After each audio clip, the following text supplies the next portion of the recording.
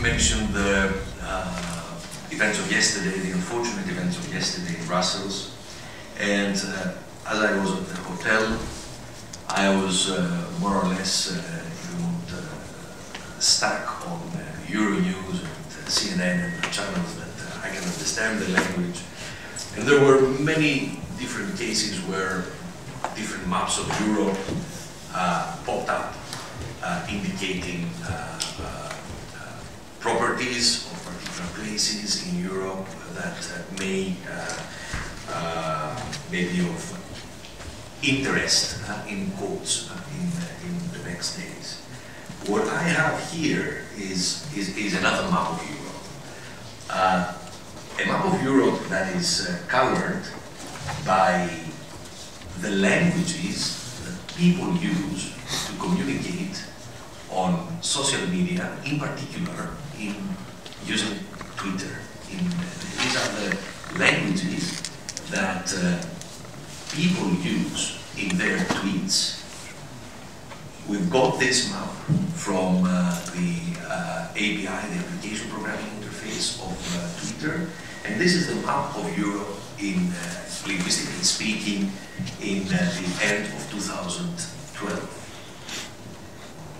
I'm pretty sure that you will understand that this map is a bit different today, simply because in today's dynamic situation, even the map of languages of Europe changes. If we focus on the European languages, it is obvious that if Europe is to be united, if you want, in the sense that we remove all potential barriers that may exist between us, we have to acknowledge that, first, Europe is fundamentally multilingual, 24 official languages, let alone the regional languages, let alone regional languages that are spoken by many people and tend to become more or less official, plus two more that we are concerned with in CEF. These are Norway and Iceland, and that appeared on the map of the previous slide. So one realizes that Europe, with all its problems and all its challenges today, really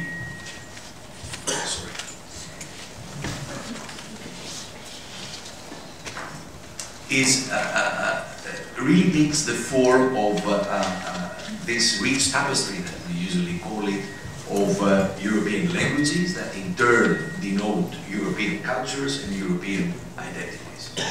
And it is the firm belief in the policies that is, if you would, embedded in the policies of the European Union, that multilinguality is an asset, and this multilinguality should be strongly supported by the European Union.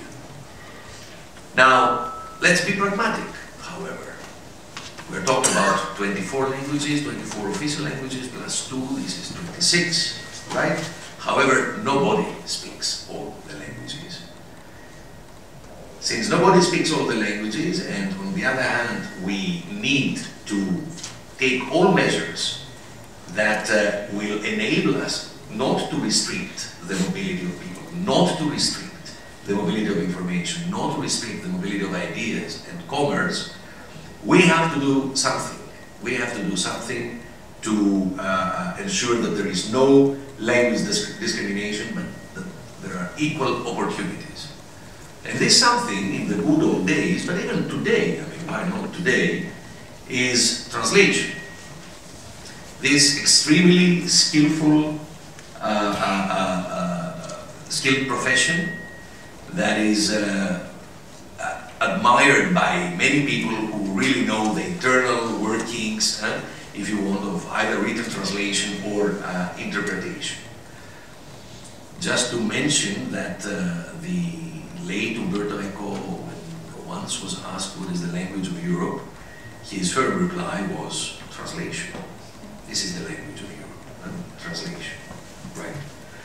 However, although in the past, in the not so distant past, if you want, it was something like 10, 15 years ago, translation could suffice, human translation could suffice.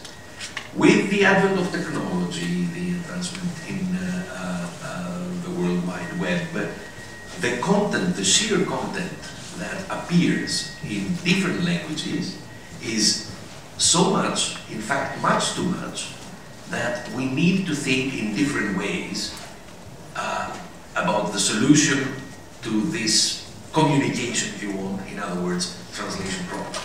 And as it happens with all the problems today, the first thing that our mind goes to is technology. This is what we do when we have to perform difficult calculations with many numbers. Always tell your colleague or you do yourself, I mean, just open an Excel file, paste everything there, okay? Or if you lose your orientation and you happen to be connected to a network, then you may say, no, I'll find it on Google Maps. Don't worry. So, this is what we are trying to do. We're trying to provide a framework that somehow supports technologically our communication needs on a daily basis. Now, knowing that technology has limitations, and also knowing that language is an extremely complex cognitive faculty, extremely complex. And as I said before, also translation and interpretation are extremely complex tasks. The policy, the general policy, is that what we want to develop is technology that supports, at its best, the human translator. And this is what we call the automated translation. Now, all this is not new. As Liliana said before, the idea of automated translation, i.e. technology that integrates translation memories, terminology, workbenches, bilingual lexicon lookup tools and things like that, has been used at the European Commission for many years. In fact, there was also a machine translation system itself, a fully integrated machine translation system developed by Sistra those days, that was also consulted by the translators inside the EC. So, until recently, this idea of automated translation was, if you want, used and enjoyed by the people inside the Commission, inside the institutions. Recently, the Commission started developing a system that is called MT at EC. We will be developing some good portion of our time on MT at EC and on the technologies that support MT at EC today. So the only thing that I would like to tell you is that MT at EC tries to perform some sort of good, high-quality, automatic automatic translation, full automatic translation. Now, what is new here in the CEF.AT, in this new program? The new thing is the focus. We broaden the focus from using all the technology support, the translation technology support inside the Commission institutions, the European Union institutions. We broaden this focus, and now we want to target the citizens themselves, the public services, the administrations, the ministries, the translation services, if you want, that interact with the ministries, the non-governmental organizations, all the people that in their interaction with the states need to communicate better. So the focus is now on us, the citizens, on you, the citizens of Romania, on me as a citizen of Greece. And of course, the CEF.AT, the ensemble of the tools that comprise CEF.AT is free. It's free to use. So, should be made clear that the focus is broader, the scope is much, much wider, it is on us. However, if you think for a moment, we, the people in this hall, how many different needs we have in terms of translation, you will realize immediately that a single solution, as it is today, or as it may be if it is monolithically developed, as it may be in 1 or 2 years' time, will not do the job, simply because we will need to have translation engines and translation systems that will be capable of translating the many different facets of language as we use it on our daily basis. Some of us may be excelling at translating legal documents and may be equally bad, if you want, at translating medical documents, while some others may be excellent at translating medical documents and may not be able to produce as good translations if they are presented with a document in engineering. So what we need to do is to make sure that we adapt machine translation to best support our needs. And our needs form a whole, but this whole is formed out of constituents, and these constituents have to do with the language that we use, each portion of us, each cluster of us here in this room, we use on our daily basis. Now, how does modern MT work? Modern MT works in the very same way that our children learn the language. Our children learn the language when they are exposed to examples of language use through us, the parents. That's exactly what we're doing with modern translation technology, I dare say with modern language technology. We are exposing the machine to examples of use for the particular application that we may have in mind. If we focus on translation, what we do is to expose the machine to human translations. So we tell the machine, look, when the document in language A is this, then the document in language B is this, right? What can you learn out of this? You can learn quite a lot. And it will be done to fish, that will be telling us later on how exactly this thing is done. Now,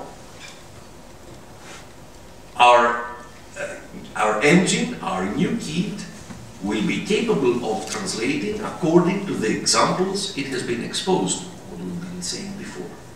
So, to best support the needs that you have in using the machine translation system, we need to train the system, we need to expose the system to examples of the data that you have.